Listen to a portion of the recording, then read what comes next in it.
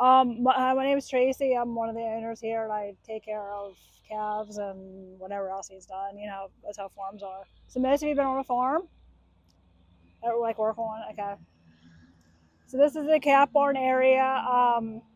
We originally just had that barn over there in the hutches, and then as we got bigger, we had to build these two barns, and we've had them. We built these like a couple years ago, and it's around 280 total. The back barn holds like 72 calves, and the front barns hold 78. Oh, here comes somebody else. um, so yeah, it's about 280 total. So whenever they're born out back, I'm not sure. You guys at the digester or where? Okay. So out back's where they're born, and then that's when they're given their well, they get iodine, like their navel gets iodine. They get colostrum. Here's the tuber. We actually tube their colostrum. They get two tubers, which is a gallon the first feeding. You know, the mother's first milk, the colostrum, and then their second feeding, they get one tuber, and they get their different vaccines and stuff they need, and then they're brought over here like in a little van or like whatever's back there to bring them over, and then it just depends on what barn we're filling. Like we just finished filling this back barn, so now we'll go to the front row hutches. So it just depends on like what barn we're filling, and they'll stay in there the whole time. Like they don't move from like barn to hutches and stuff like that. So we feed 3 quarts of it's milk replacer mixed with water, 3 quarts twice a day. Um, and the milk replacer is like a 24 protein and a 20 fat. And then our pellets we feed are like a 21, 22%, like the grain. I can give you the milk replacer over here. If you want to pass this around, smell it. That's the milk replacer. So, and then these are the pellets we feed. Um, so, whenever they're given the milk replacer, like I said, we mix it. We have like a mixing chart. So consistency is like really important with the amount of the milk replacer with the water. And we also have a thermometer that we can check the temperature, because just like cows, like consistent like feed and everything, calves are the same way, because if you don't, like they could get like upset stomachs and like different things. And then these are the pellets. They're like a pellet instead of like some people feed like texture, but we feed like pellets. Okay, there's a wait. Thanks. Um, when they're brought over here, we also train them out of a bucket. We don't really use bottles. Some farms use bottles, but we train them out of buckets. You just like kind of keep your fingers in and like teach them how to drink. Some of them are smarter than others, but they catch on.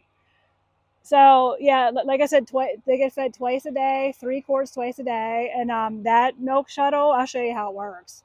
It feeds like 120 some calves, and it's in liters, so it's 350 liters.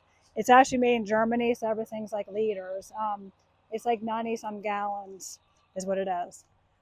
So it's set at 3 quarts right now, so I can show you how it squirts out. I just have water in it right now. But instead of 3 quarts, so you just go along and squirt it out. So that's the one calf, then you go to the next calf and push it. So that's like 3 quarts coming out. But yeah, right now it's just water. Yeah. Well, we have to like calibrate it once in a while just to make sure everything's like okay. Like calibrate it and stuff, make sure it's the 3 quarts. So yeah, they get that twice a day, and in between they get water and then the pellets they get. And then when they're like 2 months old, they're weaned, and then they just get like the water and the pellets, and until they're like moved to the next barn. Um, Whenever they're weaned, we can take the weight dividers out of these barns, out of the pens, and then they can be together. Like there'll be like 3 in a pen. Then they can get used to being in like a little group before they're moved to like a big group. It's really funny at first because they are so used to being in their own stall, and then when you put them together, it's funny because they like run around and it's funny. And then they sometimes they start to cough, and because they just run around and get so wound up, they start like coughing and stuff. It's funny. Um, And then after that, they're moved to the barn where you just walk by, and they still remain on grain, and then they start getting some hay, and then they start getting some TMR, the total mixed ration, the feed, and then we still, give them grain over there on top. But we usually use sawdust for bedding, and we use straw. We use straw too, but in the winter we use more straw because it's colder. Um, I don't know if I talked about the bulls. We actually keep some bulls. My dad's a vet, so we do some flushing and like flushing cows and IVF stuff. And if they're out of like a good cow and a good bull, that we'll keep, like if the genetics are good, then sometimes we keep the bulls and raise them. And then sometimes like either farmers will buy them for like breeding, or like someone like Select Sires or something, like, or like for stud service, like they'll buy them sometimes. Um, but I'm trying to think what else. So you only keep the female calves? Yeah, yep. And then our back row hutches right now is bulls. They have orange tags. We have a good many right now. We don't usually have that many, but we have a good many right now. So we have had some like windy times, and those hutches like can scatter once in a while, but it's usually pretty good. Sometimes if we know something's coming, we'll have like some trucks lined up for help. Some people put like a cable, we never did, but these barns in the winter, if we're getting like a storm, there's like curtains, there's back curtains, and there's front curtains that come down. And that helps with, if it's like windy or snowy or whatever, or sometimes rain, depends on which way the rain comes. We don't usually have much of a problem, but once in a while it'll like blow in some. But the back curtain, the totally closes, and the front curtain, there's like rods you put in, and the curtain goes the whole way down in front, and then it really helps with if we're getting some storm or whatever. So I think I showed you that. Anyone have any questions yet about anything? We used to, before we had that milk shuttle, we used to use a wagon with 6 gallon buckets. What is this?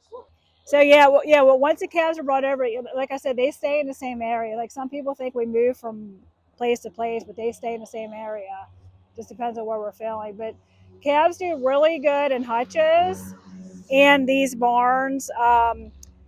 The hutches get like pretty hot in the summer, so sometimes we have put like either a cement block or like wood on the back just for some airflow. But then sometimes the calves get older and bigger, and they get a little wild and can like move a hutch. So Block is like to put it underneath. yeah, underneath, like to lift the hutch up some just for some air movement. But that barn, the barn over there, it's okay, but we probably won't use it as much once we build. I think I said, did I say this? It's gonna be 105 or so. Um, we won't use that barn over there as much then, just like some. But it's, I don't know, it has some fans and stuff like that in it.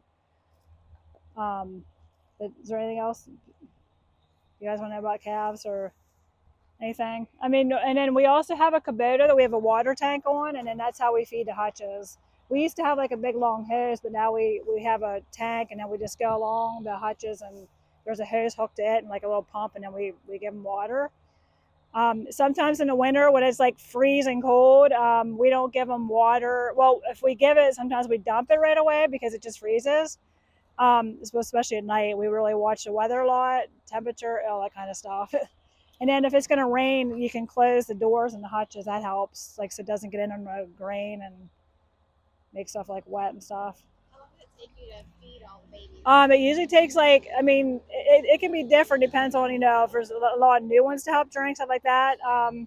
It's usually about, like in the morning, I start around 6, and usually like, I don't know, an hour and a half, 2 hours, just depends on what else going on. And then in the afternoon, again, it's around 3 we feed them, and it's about the same thing, same time. But there's always stuff in between. Like another thing we do is the calves, instead of like using dehorners, we clip the hair, and then we put like a paste on. Yeah, and then we give them like little meloxicam pills so it doesn't hurt. But yeah, that stuff burns your skin if you get it on your skin.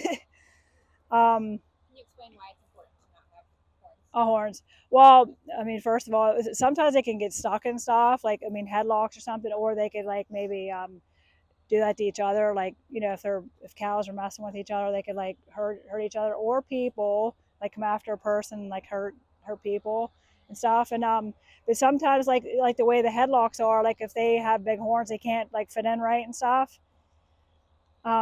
So yeah, we do that like right away when they're brought over. You clip the hair and then put the dehorning paste on. I mean, some people use like dehorners, but we use paste now. Anyone have any questions about anything or? How much grain do they eat in a day? Uh, I mean, the younger ones can just be like a little bit. I mean, some of the older ones, I mean, they can eat like probably several pounds. I mean, some of them eat a lot.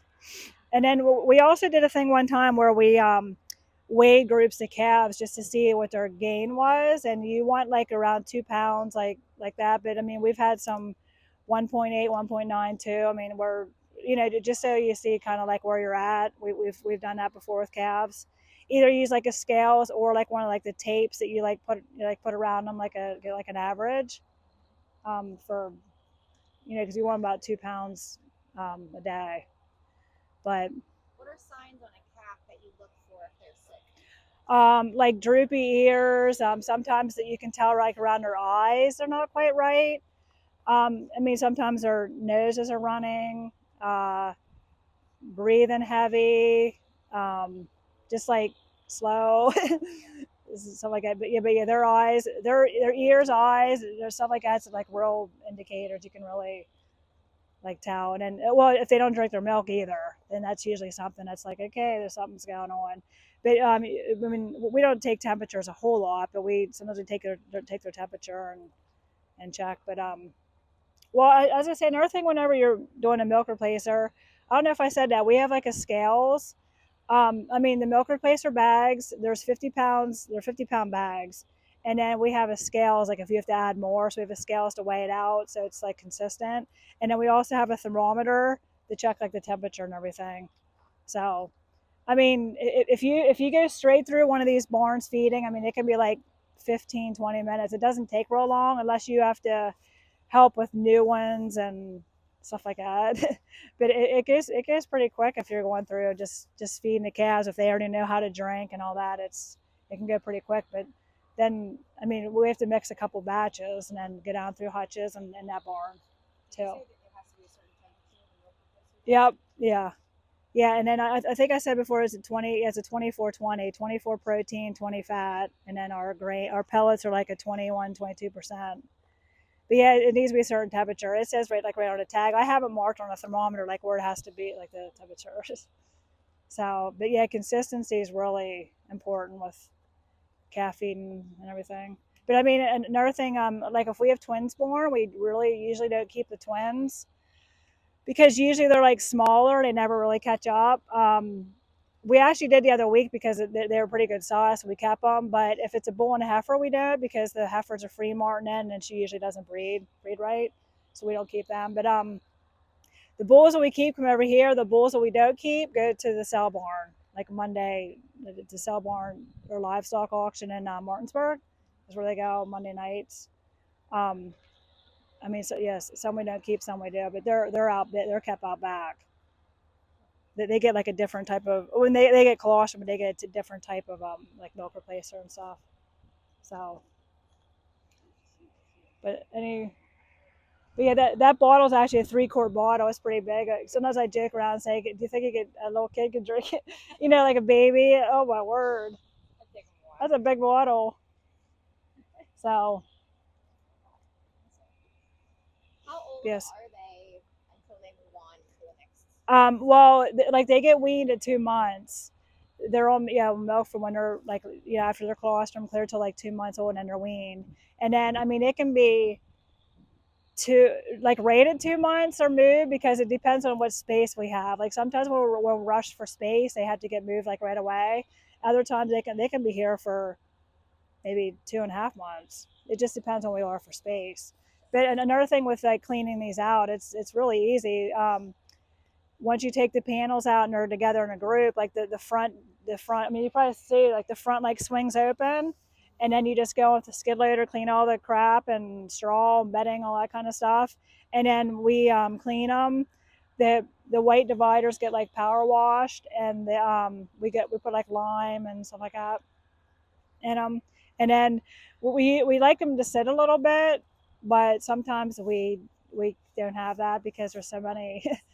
Like not too long ago, there was like so many born on one day. It was like 12, I think, on a Friday, like 15 on a Saturday. It was a little crazy.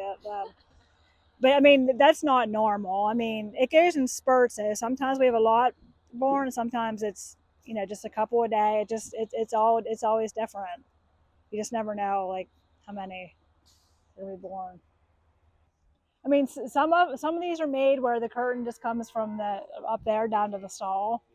But we got the ones that do this, and then that the back curtain shuts.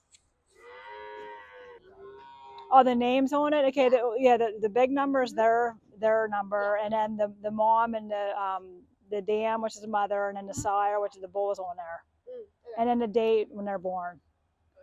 I mean, I don't think it's a full date. It's just a month in the year. That one says like Cypress. Is that like its mom?